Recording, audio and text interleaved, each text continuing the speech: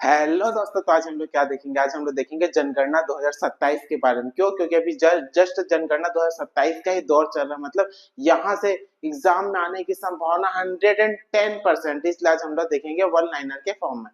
चलो क्या देखेंगे? जनगणना 2027। ठीक। टॉप 15 क्वेश्चन देखेंगे आज हम लोग। ठीक है।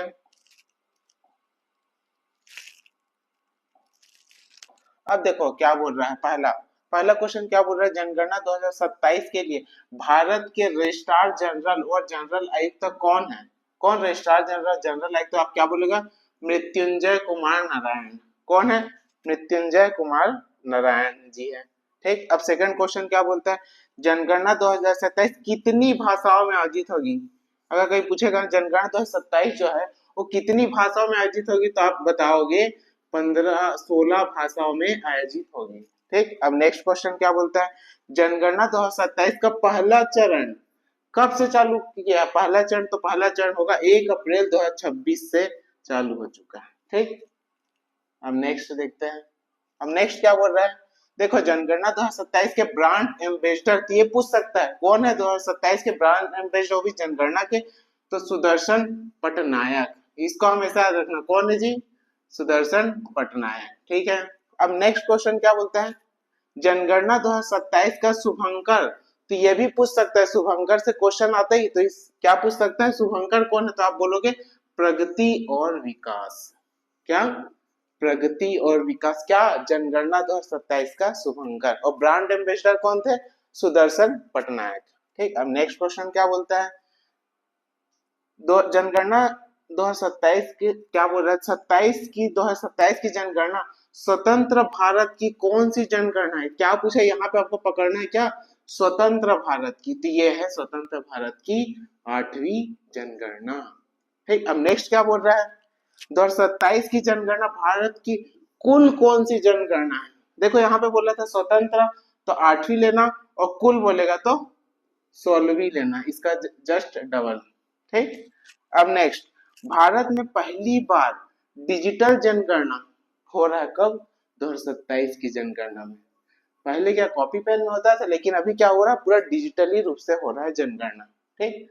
अब नेक्स्ट देखते हैं क्या बोल रहा है। जनगणना 2027 का पहला चरण किससे संबंधित था? पहला चरण तो पहला चरण था मकान सूचीकरण से। किससे? मकान सूचीकरण से पहला चरण संबंधित है। ठीक। अब नेक्स्ट, जनगणना 2027 को संचालित करने वाली संस्था कौन सी है? कौन सी ऐसी संस्था जो जनगणना 2027 को संचालित करेगी? कौन सी संस्था?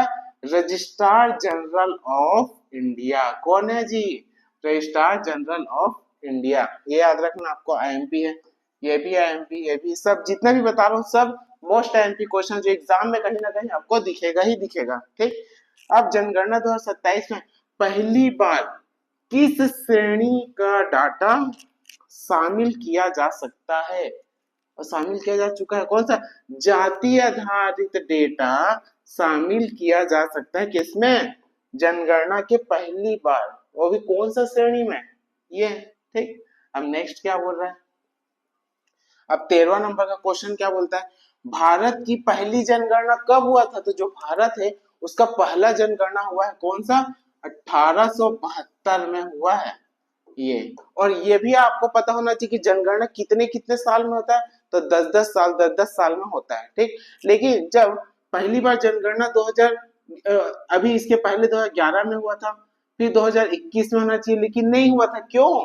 इसलिए नहीं हो पाया था, कोविड 19 के कारण। अगर आपसे पूछेगा जनगणना 2021 में किस कारणों से नहीं हो पाया था? कोविड 19 के कारण। ठीक है।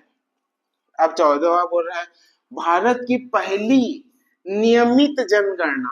अगर बोलेगा भारत की पहली नियमित जनगणना कब हुआ था? 1881। नियमित रूप से जनगणना चालू हुआ था। ठीक। और पहली जनगणना 1872, लेकिन नियमित 1881। और स्वतंत्र बोलेगा तो 8वीं बार का है, और कुल 16वीं बार हो चुका है।